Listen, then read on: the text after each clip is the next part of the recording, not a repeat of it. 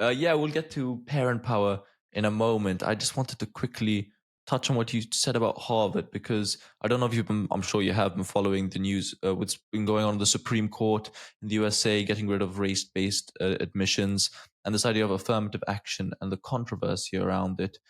Some people think, oh, maybe it's not fair that these people are given, for example, lower requirements because then it disadvantages other cohorts.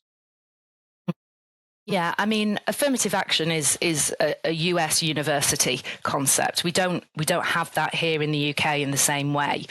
In fact, ethnicity data in UCAS doesn't come through to the university until after you've enrolled. So it's not a piece of information that universities have. So there's not a huge parallel to be drawn there. But here in the UK, we do have a regulatory environment that says for the tuition fees universities are charging, they must make a change in terms of who gets to access the university.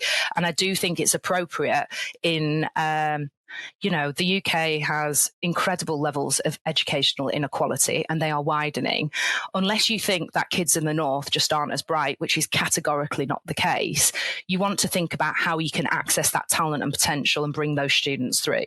So I do think things like contextual admissions, they're just providing that little bit of sort of tilt of the system that enables a student to make it through. I still think, even with a contextual offer, incredibly difficult for some students to secure the grades and progress to highly selective universities. So yeah, obviously a huge moment in the US. And I will say affirmative action in the US is one of the direct sort of medicines that's being applied because they have legacy admissions, right? We don't have that here in the UK, and we should be really proud of our university system that we don't have that. You can't pay to play in a UK university. You'll know this going through your Oxford admissions process. You really need to cut the mustard.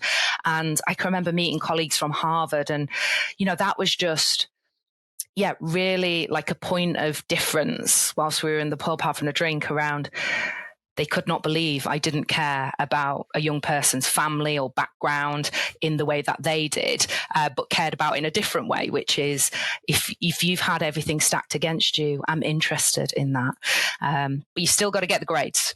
And that's the thing we don't compromise on often in the UK.